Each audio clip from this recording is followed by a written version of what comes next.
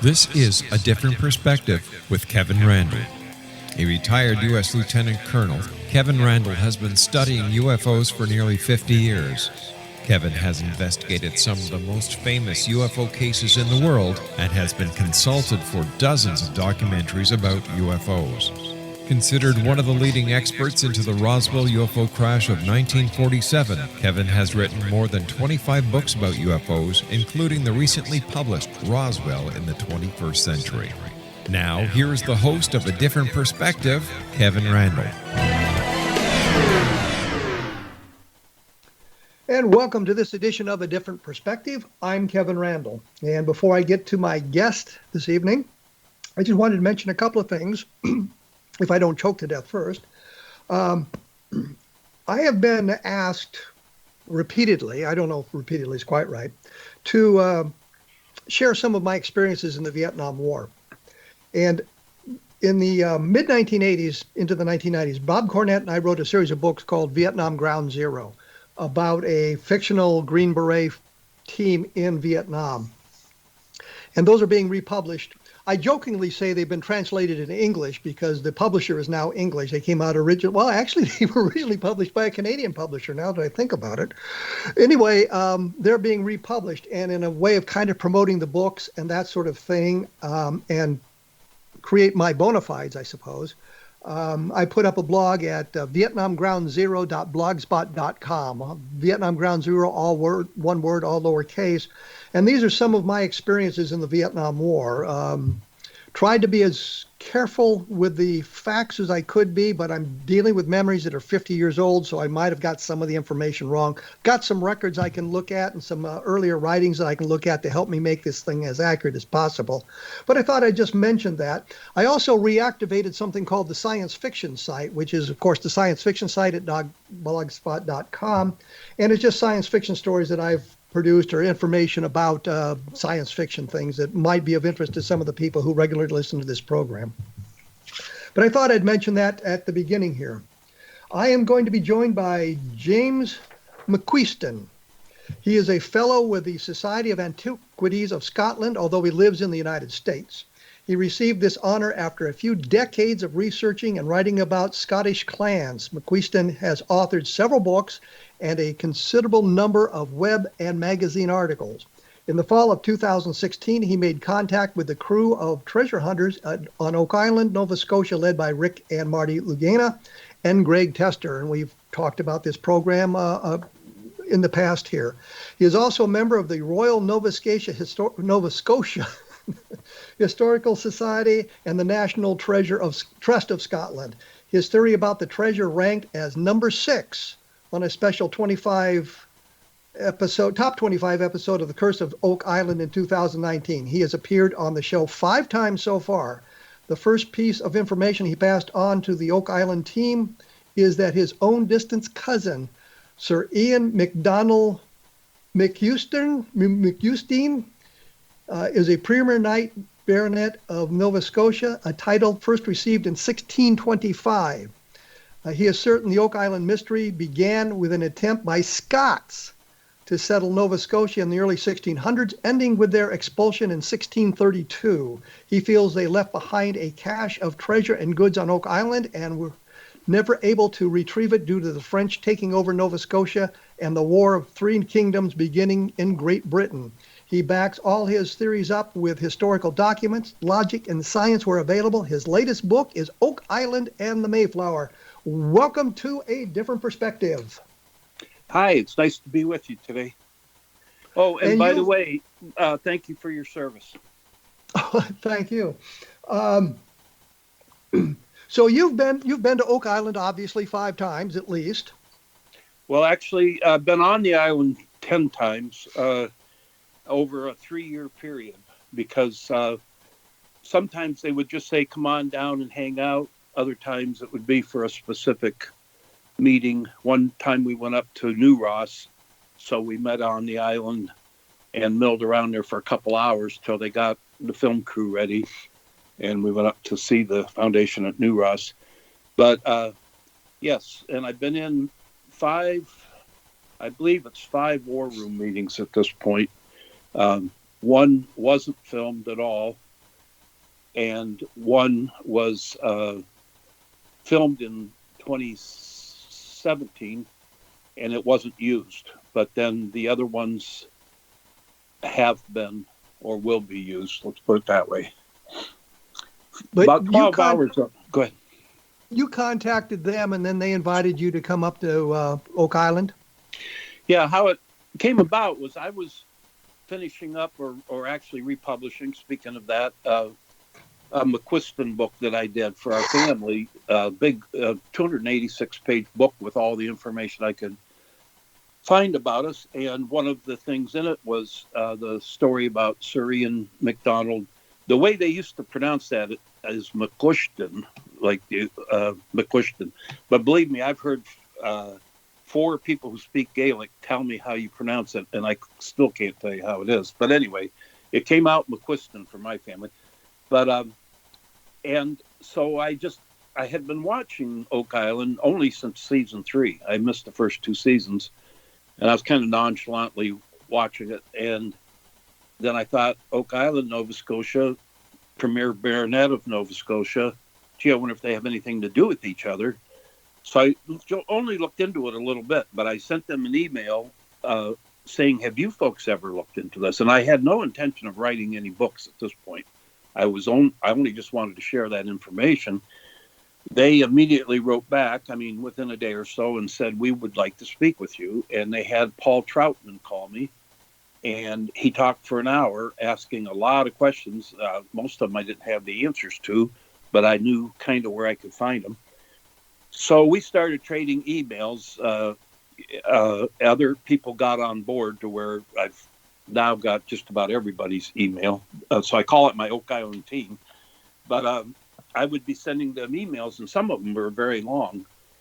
And so at one point, one of them wrote me and said, you need to write a book, because all of this that you've been sending us is just it only exists in our emails, and it's going to get lost.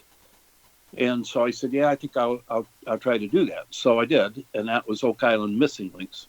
And it was more generic than the rest of the books, because I hadn't determined my final theory yet. But let's do this, because I think one of the things that interested me, and it's really not covered well in the introduction. They did a special on the top 25 episode, which they were looking at 25 different theories of what Oak Island, the treasure, might be, or what's buried there. Is that the way that? Yes. And they had 3 voting blocks. I know that one was the Oak Island team itself. One was tour people that came on the tour. I don't know what the third voting block was. I suspect that I made it as high in the numbers as I did because of the Oak Island team, because every time I've gone there, they just keep pummeling me with questions. But here's where we need to go with this. What was your theory? Okay, well, Nova Scotia was granted to this. He was actually Scottish, but he was working for the king in England, and his name was William Alexander, and this is all known history. And that was in 1621, and he started sending ships there, but he never really got a successful settlement there until 1629. Well, let me interrupt here, because you just said something interesting. You said they never got a settlement there. Are you talking on Oak Island or Nova Scotia? Nova Scotia itself. They made a few attempts till they finally got one, and it was on the other side of Nova Scotia where the French had been settled, and they chased the French out.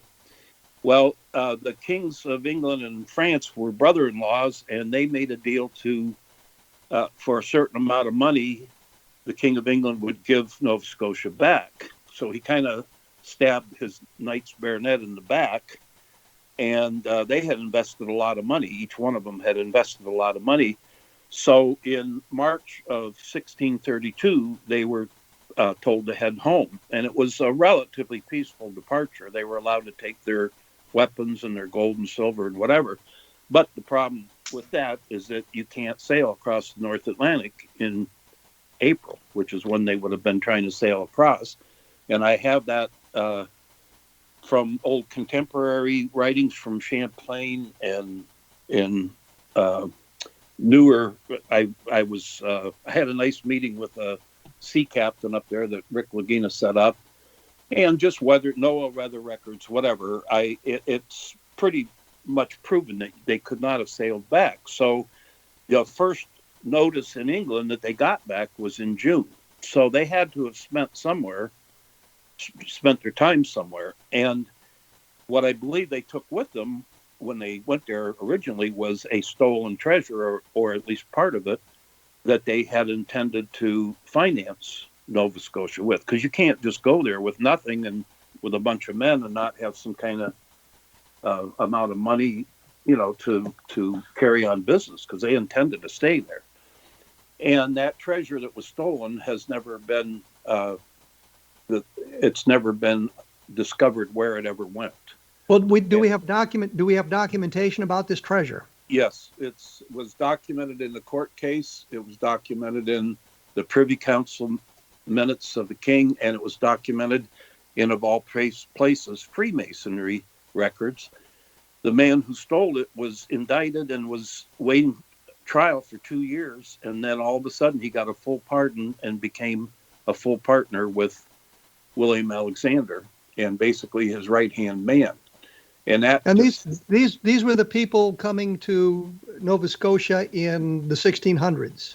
Right, and it was more like the sons of William Alexander, and each knight baronet had to provide 6 people that were tradesmen, blacksmith, builders, whatever. And so they had invested the men and the money to do this because they thought they were going to build a new country. And I'm sure William Alexander intended to name himself King of Nova Scotia. I have a lot of evidence in my books. So I believe that when they were trying to leave, they came around the Horn of Nova Scotia from the leeward side and into the bad weather of the North Atlantic, went up the coast and pulled into Mahone Bay, which would be the absolute best place to pull in to get out of the storm. I believe they lost the ship in there. And in fact, on my second book, I actually put a sunken ship on the cover. And that was back in 2018. So I believe that they buried what they had to and what they did not want to take back with them. And I believe they only thought this was a bump in a road, because it had already been a real struggle from 1622 all the way up to 1632. It had already been a 10-year struggle. And well, let me interrupt quickly here. Would they have had the knowledge or the capability of digging a money pit as large as and as deep as it's supposedly shown on the various programming? Well, they had within the family alone, the Alexander family, they had 2 different men that served as the master of public works for Scotland, building castles and cathedrals and bridges and all that. And William Alexander and one of his sons were the masters of mining in Scotland, and they actually had a 180-foot hand-dug silver mine in Scotland. But all the people that went over had to be craftsmen. They had to have some kind of skill, and the ships themselves, generally had a group of craftsmen on them to rebuild the mast if it broke, or patch the ship, or whatever. So they had. Well, let me break in. I need to break in once more because I got to take a commercial break. We're coming up against a hard break here. Okay. I did want to say that there are some other fine programs about the paranormal on the X-Zone Broadcast Network at xzbn.net. Take a look at the listings on the X-Zone website, and you'll find something that'll spark your interest, I'm sure. When we come back, we'll be talking to Jim, about his family's connection to the Money Pit and Oak Island. We will be back right after this, so please stick around.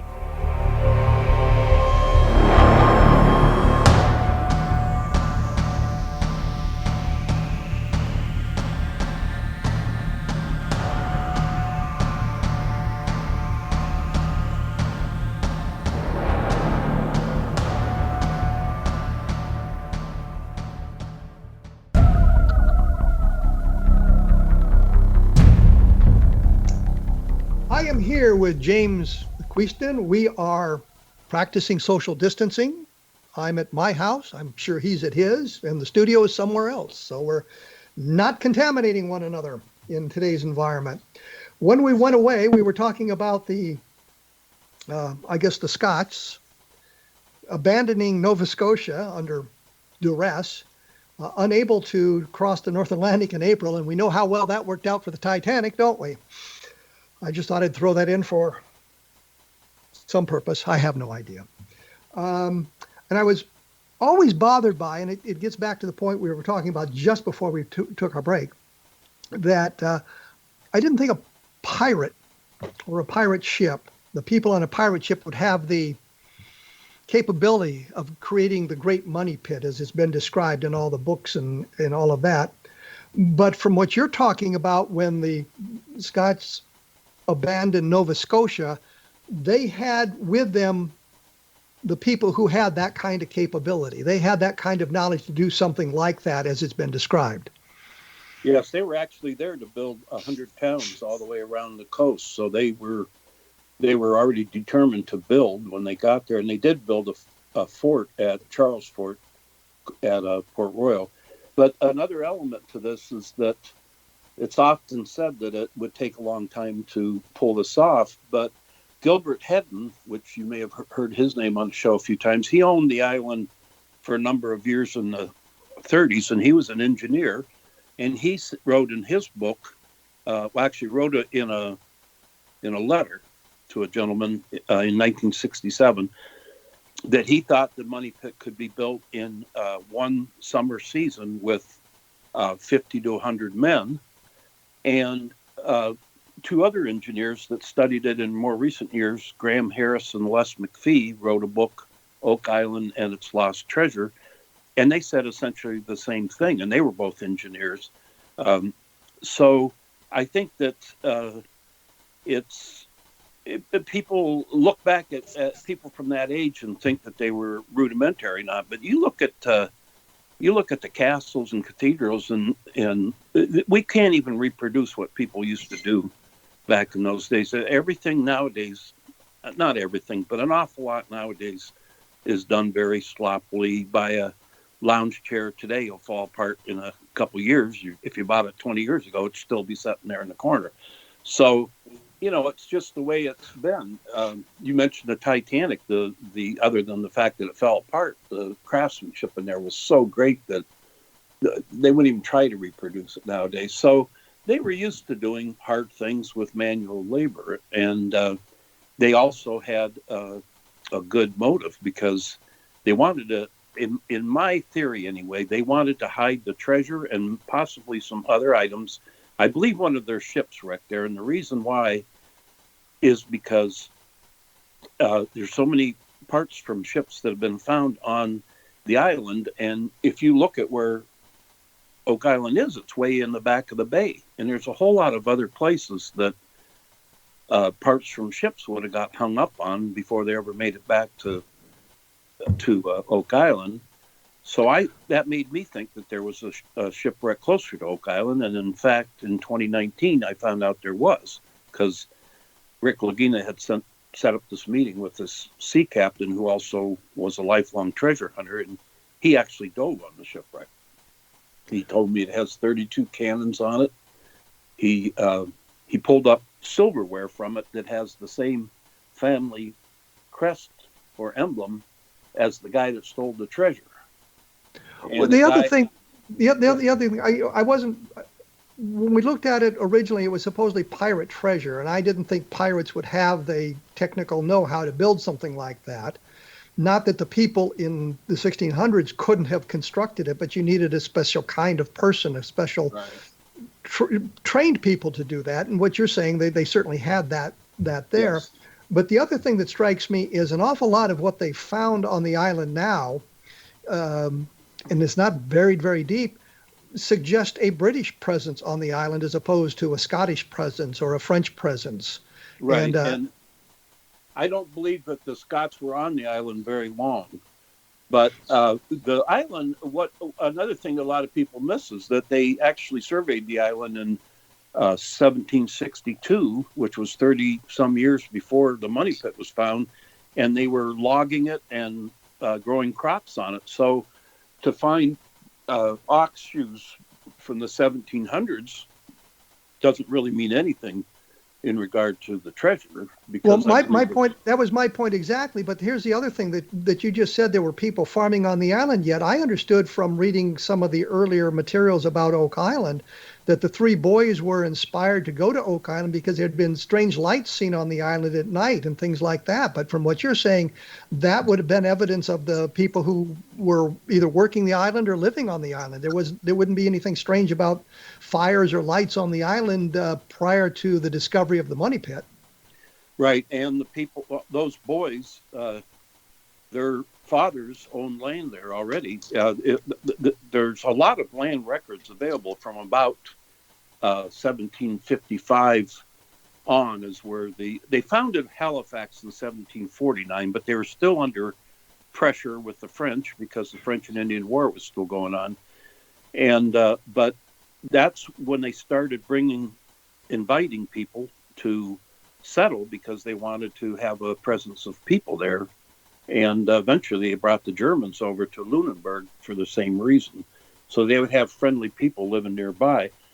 But they were practically given the island lands away to anybody that wanted them. And they surveyed it in 1762, and those are the same lots they use today, the exact same lots. There's, I believe, 32 of them. And so again, a lot of the surface finds, even though they're very interesting, and I've actually been able to hold some of them, and I had to hold my tongue about them for almost a year because they told me, you can look at this and touch it, but don't tell anybody. But they are interesting, and they tell somewhat of the story, but I'm always about digging down deep. You know, when they pulled up bones from 150 feet, and they pulled that parchment up years ago, and all that, there's no excuse or logical reason for those to be down there if somebody's just farming or just logging, But you have to remember that after the alleged discovery of the money pit, an awful lot of people dug an awful lot of holes and an awful lot of tunnels on that island all over the place trying to get at that specific money pit. So when you find something buried deep, I'm not overly concerned about that. I think that it can be explained by all that activity on the island. I'm surprised the island hasn't sunk into the ocean as much excavation that has gone on it. Yeah, the Swiss cheese island. Yeah, and the other thing is, they found a coin. I think it was dated 1632, and they were all excited about that. And I said, I've got a $50 that was minted in 1855, and if I dropped it out in the parking lot tomorrow, it doesn't mean that it was been there since 1855. It just means it was minted there, and that's not a way of dating anything by the dates on coins and that sort of thing. So I wonder, they've got an archaeologist, and he must explain that to them. Yeah, actually now this year they have a team of them, but Laird Niven, I've met him, and he's extremely sincere, business-like person is all I can say. And this year they've got four new archaeologists in there, and I don't know if that had something to do with not having much staff because of COVID, or one of the things is if they're digging somewhere that's already been dug, they don't need any permits. But if they find something new, they have to get a permit from Nova Scotia government, and they're pretty darn strict. And so, like they showed me a spot. They showed me Samuel Ball's foundation a year or more before they worked there, but they said we can't go over to it. I think we had to stay back 200 feet because they didn't have a permit yet. So, yeah, I understand what you're saying, and there might be other reasons to be there, for things to be there, but when there's like a axe cut piece of wood pulled out of the money pit area that dates to as far back as 1626, then that makes you wonder. And I'd love to hear that, because that would fall right into my date. So, I wish they had a carbon dating set up lab right there on the island, and every time they found something, they rushed it in. I told them a long time ago, everything should be data-based, because you can, when you database items, then you step back and take the big picture view. But you also know that radiocarbon dating isn't all that accurate. Yeah, I know. Especially something that new. And they always give a range, but I noticed last night on the program, they took, I think, the earliest date, and they didn't say, well, it could have been put there sometime between 1630 and 1680 or something like that. They just picked the earlier date and ran with it. And it kind of bothered me last night when they were talking about it that way. And it's kind of strange. Wood obviously is the basis for carbon dating because carbon comes from wood. And one of the additional elements that wood would have, other than, or that an animal byproduct wouldn't, is that they don't know when the tree fell. So somebody could have came along and found a tree that had fallen 50 years ago, decided to use it in their log cabin. So they used to give a range of 75 to 80 years. Now they give a range of 25 years. I don't know why they've changed that, but yeah, I understand that it's not an exact science. I was glad to see them start using tree ring counting because that's a little bit more precise.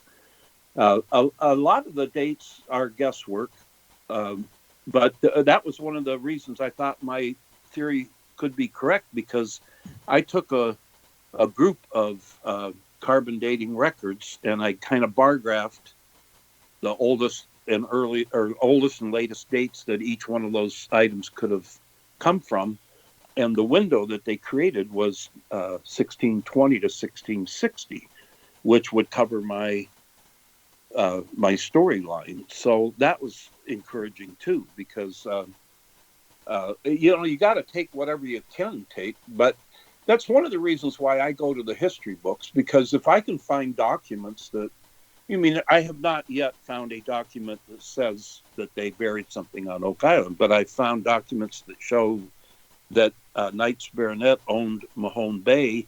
Two different Knights Baronets owned Mahone Bay, 3 actually, during history. And another one owned 16,000 acres just down below from Mahone Bay at what they call Port Mutton. And I'm working on a 7th book right now, believe it or not. Of course, about writing a lot of books, but this is where it connects Oak Island to that New Ross location. And there are a number of indications that the Alexander families themselves, their property was up at New Ross. So let me break in here, because I've got a couple of questions and we're going to have to take a break here. Okay. Pretty quick. But what I wanted to say was, when we come back, I'd like to talk about Joy Steele's theory about what it was, what really happened on Oak Island, and the idea that the British had built some kind of a ship repair area on Oak Island, which would explain an awful lot of the things that have been found by their excavations, and suggesting a longer history of inhabitation at Oak Island than we originally had thought when we started talking about the 1795 date, which is when the boys had found the money pit. I always worried about that idea, and I think you've taken it away now, that there was some kind of mystery on Oak Island with strange lights and things prior to them being over there. So when we come back, we'll kind of look into that sort of thing. Okay. And I did want to thank those of you who have purchased the Best of Project Blue book, which is the latest book I had published. It's been up and down on the Amazon bestsellers list. So if you've enjoyed it, please take a look at it. Maybe write a review, rate it. It helps spread the word. And I'd like you to take a look at Encounter in the Desert and Roswell in the 21st Century. And also, when you get a chance, look at www.kevinrandle.blogspot.com and the other 2 blogs that I've just started. We will be back right after this, so please stick around.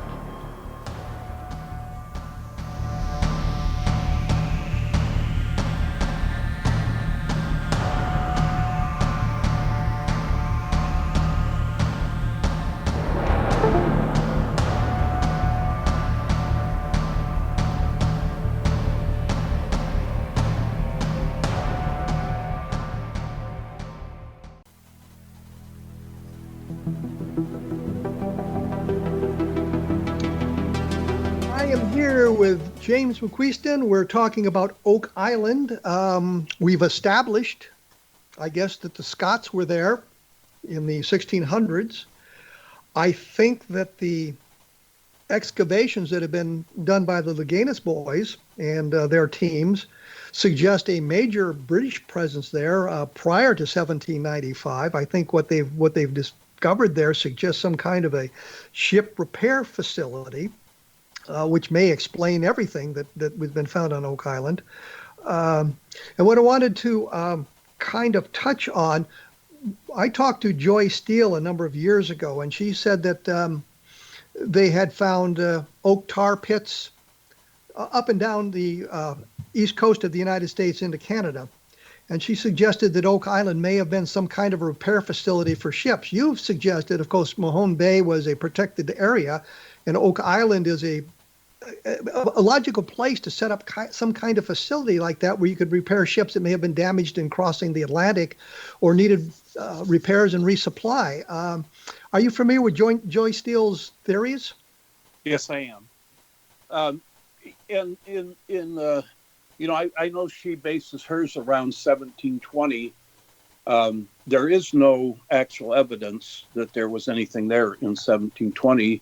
And there's also no evidence that there were necessarily tar kilns on Oak Island. Even the one that they keep showing this season, they have not found tar residue in it. So there has to be, if that's where it ends up going, there has to be a lot more evidence to it. But in my latest book, which is Oak Island and the Mayflower, it's a continuation of me showing historic documents and records that are telling the story from a different point of view of digging something out of the ground. And in this case, virtually everybody who first settled Oak Island was either a Freemason from the families of the Knights Baronet of Nova Scotia, or from Mayflower families, or at least people who came right afterwards and settled in Plymouth or Boston. And so originally in my first few books, I attacked it from the history from the 1600s and what might have happened. But I was slowly realizing that if you jump to the 17 and 1800s and start looking at the people who moved there or searched for treasure there, they came out of a certain group of people. FDR being the number one example, because not only did he descend from a number of Mayflower people, but he was a Grand Master of Freemasonry, and he actually traces back to a guy that owned Mahone Bay, who was a Knights Baronet of Nova Scotia. So he's my prime example. But everybody's books can be criticized, including mine. I don't stand above anybody else. I know a couple of books, particularly Randle Sullivan's, he put a timeline in for Nova Scotia, and he never even mentioned the year that it was founded and who founded it and then how the name came about. So I don't think you can ignore all of this history. Like, for instance, there's a charter for Mahone Bay. It was called something different back then, from 1630, these same Scots. And I'm the only one mentioning that. I'm the only one mentioning anything in here. Well, I say I'm the only one. I'm not. I'm the only one that's mentioning it in detail. But 6 other authors have pointed to William Alexander as possibly being the behind it, or at least aware of it. And those include some pretty heavy hitters. Reginald Harris, who was considered the first book writer on Oak Island, Court Lindahl, Mark Finnan, who's very prolific and great writer on Nova Scotia, and some other people as well. So, but here's the point. I think that you have established that there's a history at Oak Island that goes much beyond 1795. It starts much earlier than that, and that some of the things that appeared in, like, Darcy O'Brien's book, The Big Dig, suggesting that there was something mysterious about Oak Island prior to the boys getting there to start the digging on Oak Island. So there's a history that precedes that, a great history that precedes that. I'm wondering here, though, that you have said that the Scots were chased off or chased out of Nova Scotia. It was ceded to the French, and then the British came back and got it back. But I'm wondering is if you look into the 1700s, you've got some kind of a British military occupation on the island, some kind of naval occupation where it would be a good place to repair ships and that sort of thing. And it seems like some of the stuff that they've been finding in the last couple of seasons supports that idea. It looks like they're looking at docks. They're looking at those sorts of facilities. They're finding debris suggesting that you're repairing a ship and you throw it overboard. The debris, you throw it overboard, and that's what they're finding now. And I don't see anything that really suggests that that's not a viable thought. And that, to me, kind of takes away the idea that there's some kind of treasure buried there, that it was a place that was used for literally hundreds of years. And that's why they find these materials. And there's really no great evidence of a buried treasure there. They haven't found anything to be suggestive of a buried treasure. Well, they did find a piece of parchment in 1897 down about 150 feet. So that is kind of inexplicable. But I would say allegedly. I would say allegedly found it. They also found 3 gold chain links, I think years earlier. I'm wondering if some of that wasn't promotional material created by the people trying to fund expeditions to Oak Island to recover the treasure. That some of that material has been salted. Some of it may have been, but the man who found the parchment, I mean, for what it's worth, he swore an affidavit in front of a justice of the peace, and he had a reputation of being an upstanding citizen from that area. Now, all of that could be phony too. But one of the issues with my work is that I've written 1,100 pages now of very detailed. Every single page is just buried with detail that's backed by documents. And so in a 1-hour radio broadcast, I can't do it justice, and they didn't do it justice when I was on the show. You know, they tried to, but things get twisted. And I'm not saying this to sell a book. I'm saying if somebody wants to truly understand my theory, they need to read at least one of them. Probably Oak Island Nights would be the one that tells the theory the best. One thing that we had fun with was a medallion was found up at New Ross from 1671, and the gentleman had held it since the 1970s. They didn't know what it was. I found out what it was. It was a knighthood medallion, and there were only 3 people that received it that year, and I traced down the other 2 medallions, so we know exactly who it was given to. That was one of the meetings in the war room that never got on TV, because it was a Saturday morning when we finally talked the gentleman into bringing it to the war room, and the whole Prometheus team was off and running. But what I'll say overall about the experience is that the people up there are very nice. They're sincerely chasing the story of Oak Island, regardless of what that story ends up being. And they're open to everybody. They were open to me, certainly, and they've had a lot of other people on there. Rick told me that they get people with theories that come in, and he said they espouse they explain their theory shortly, but then they have nothing to back it up. And he said, so we sit there and look at each other, wondering, well, what we don't even know what question to ask them, And he said that at least I come in with all the answers, which I do, So anyway, if I'm one of many theories, just that one show had 25 of them, and a lot of people never made it. Well, I think here's the point, though. They've been on the air for 6 or 7 years or 8 years now. 8. And I was very excited about that. I've known about Oak Island since the early 1970s and tried to keep up with what was going on there. But it seems that many of the theories that were looked at earlier, the borehole 10X, where they supposedly there was a box at the bottom of the borehole that they had a television footage of, a body at the bottom of it, and this sort of thing. And when they finally got down there, and I'm stunned that a diver could actually go down the borehole and get down to the bottom. Yes, absolutely. You got to give that guy some props for, I mean, I don't even want to get close to the borehole. But they got down there and there was nothing there. It was optical illusions, I guess would be the best way to say it. It just seems to me that every time they've looked at something and we've got some kind of excitement going on, well, look what we've got now, it turns out to be not that great.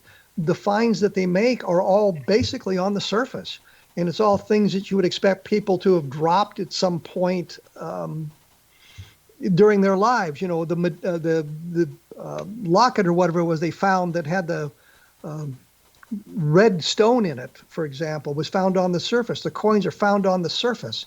They've dug up great swatches of the island, and they really haven't come up with anything suggestive of a treasure there. And so when I look at all of that and I look at what they found and what you're saying now, it seems to me that what we're looking at is in the 1700s, a military occupation of some kind with a military installation there, and that accounts for some of the debris they found. And of course, then we've got people living on the island since that time as well. Right. So that's definitely one theory out of many. Yeah, certainly. But what do we have to suggest there really was a treasure there, or is a treasure there? What do we have to point to that, other than the speculations for 220 some years? Yeah. Well, I know that the boys on the island are as disappointed as anyone is when something doesn't work out. I also know that there are reasons things don't work out. One of them is permission. They can't get the permission they need to show something.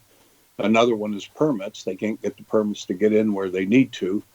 Sometimes it's just logistics. I'll tell you one episode, we had a meeting planned for 2 months with an institution up there who it's rumored has a whole room full of Oak Island artifacts, and we had 8 different connections of that institution to Oak Island.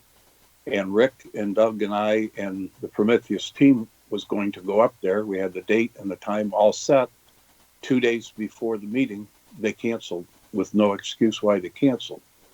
So things like that happen, and it's a pretty big operation. I mean, I think what's seen on TV is a lot less than what really happens. There's a film crew of probably 12, 16 people. They have a production meeting in the morning.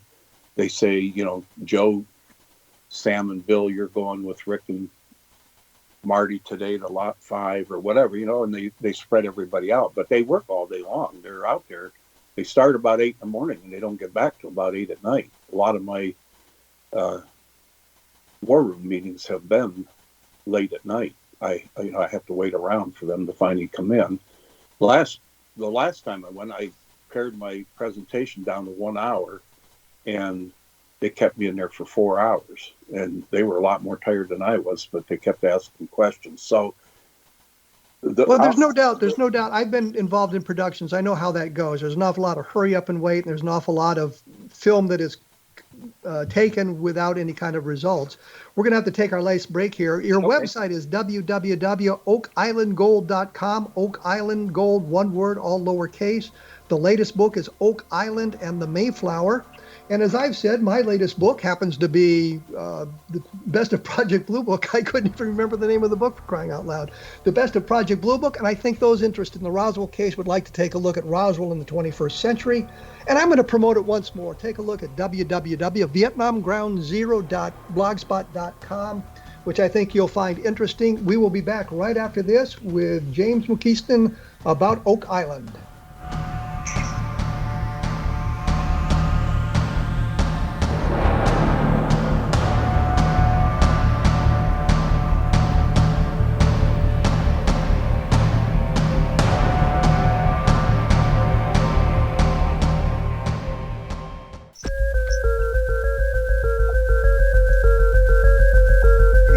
I am back with James McQUISTON. We're talking about Oak Island, the search for the treasure, and some of the, I guess, problems that originate with not only producing the program, but with trying to divine the history of Oak Island as well.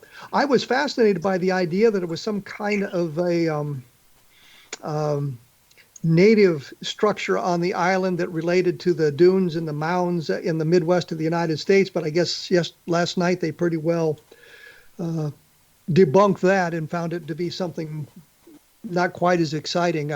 You're familiar, of course, with that, and they found the charcoal bits and that sort of thing. Yes, and I think that it sometimes makes it appear that they're grasping at straws, but I think what's happening is they're just filming as they go along. There's no scripting. That upsets me because I've been filmed for 12 hours and I never once was told anything to say. But Prometheus' goal is to have a show. It's that cut and dried. And so they're filming as they're going along. Not everything's going to work out, but they have all that film footage, and they are showing the nature of the search and the path it's taking. And without them and without the Oak Island team cooperating, we wouldn't know anything that was going on the island. So, well, you have to admit that sometimes you get a tad bit hyperbolic with some of the finds. Oh yeah, and I think that. Again, it's Prometheus is on a separate path from the Oak Island team, I guess is the most polite way that I can put it. But I have no bones to pick with anybody up there. They've been nothing but great to me. And they took my wife and I up there 3 times, and they were very hospitable, and they listened to my theories. And one thing I will say is about the parchment. I mean, I think it was Einstein or somebody said that you can believe that nothing's a miracle, or you can believe that everything's a miracle, just how you want to look at life. But if one of the things they found was the parchment, and the very last item on the treasure list that was published back in the 1600s was parchment deeds that for these castles that this gentleman owned. Another thing on the list were 2 gold chains, and they found apparently 3 links of gold chains. So, let's make one thing clear on the parchment. It's not just a big sheet of paper. It's just a little tiny scrap with like 2 letters on it. Right. So when we talk about parchment, we're not suggesting some large document. It's just a little scrap of paper, which is surprising they could find it given the circumstances. But once again, I just look at that stuff, and it concerns me that I think that there was a great deal of a con going on in the 19th century as various companies were formed to recover the treasure. And I think the treasure that was being recovered at that time was more the people owning the company absconding with some of the cash that was spent on shares of those companies, as opposed to a real attempt to find a treasure buried on Oak Island. And that could be true in some cases. Yeah. I mean, I'm not here to defend what they did on Oak Island for the last 225 years. I went to the documents. That's why I liked going there. I've never written a book about the actual excavations on Oak Island. I think that's been done and overdone. And I'll tell you, Doug Kroll has a wonderful website. And there's another one in England, oakislandtreasure.uk.co or something like that. But they have tons of documents, and I would be fish out of water in trying to delve into that. But because I had 4 decades of studying Scottish history, and I'm a fellow with the Society of Antiquaries of Scotland, which I didn't get that by picking my nose. So I approached the whole thing from who moved there in the beginning, who was there. I looked at it and I thought, well, if it seems like this mystery would have started when Nova Scotia started, that would just be a logical conclusion, because to assume it started way, 3 centuries before that, when there wasn't even anybody known to be living there except maybe some First Nations people. But so I'm a historian. I'm into Scottish history. It is Nova Scotia means New Scotland.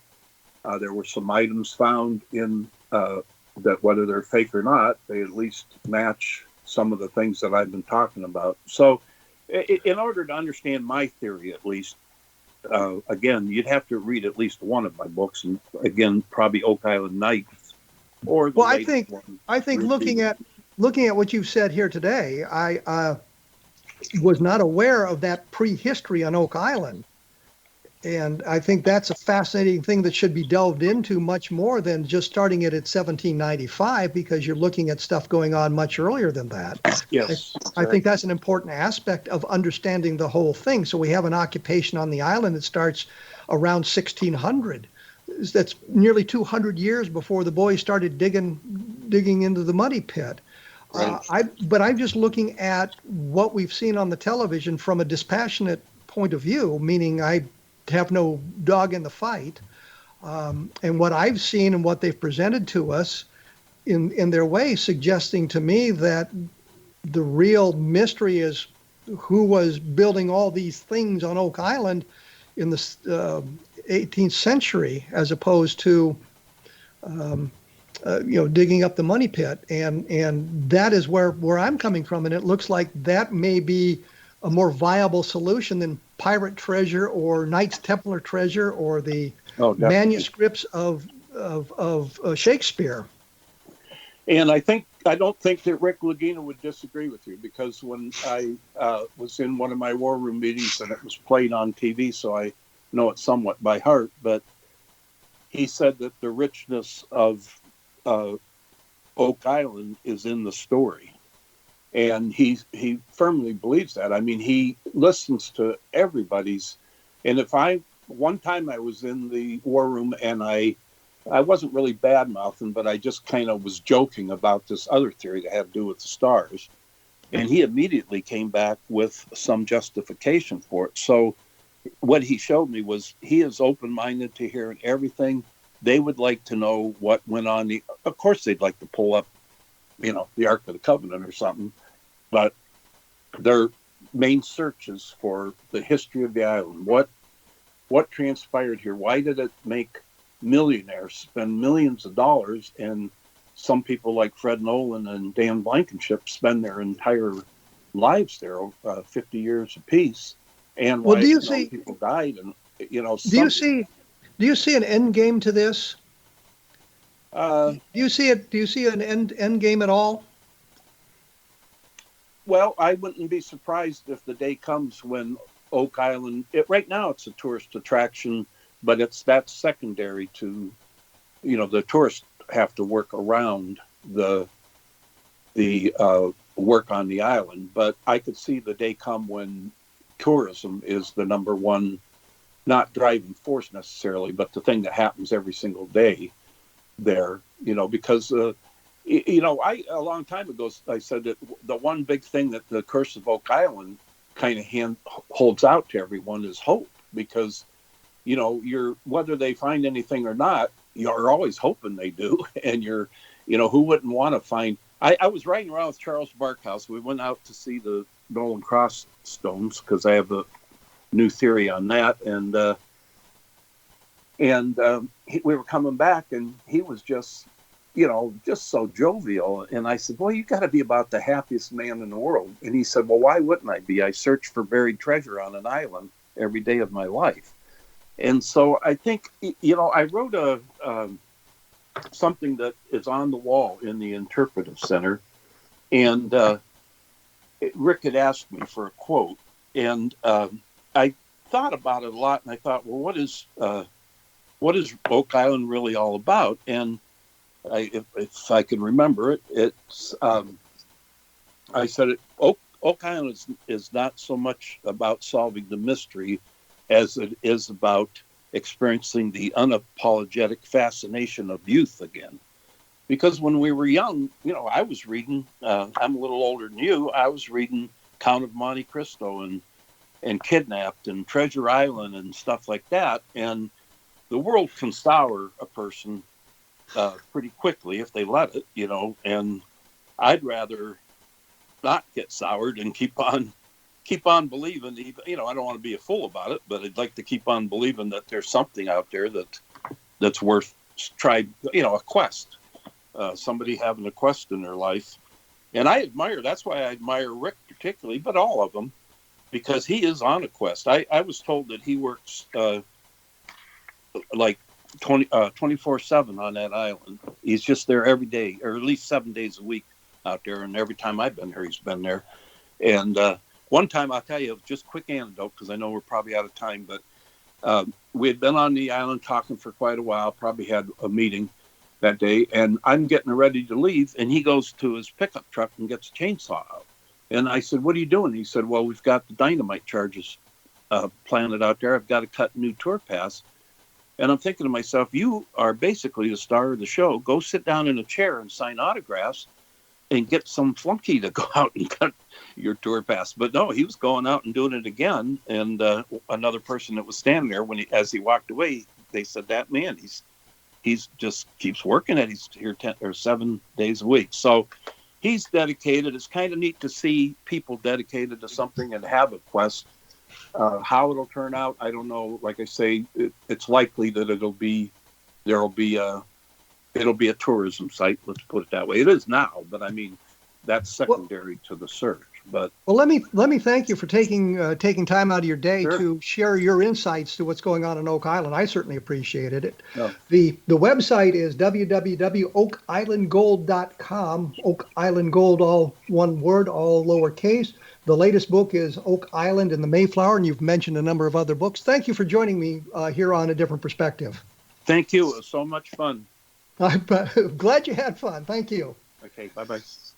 Next week, with any luck at all, we will be having Avi Loeb, the astronomer, the Harvard astronomer, who is talking about the alien artifact that passed through the solar system a couple of years ago. We'll have him on the show, and we'll be able to chat with him about his theories and his excitement. Maybe trap him into talking about UFOs a little bit and his feeling about the possibilities of interstellar travel and that sort of thing.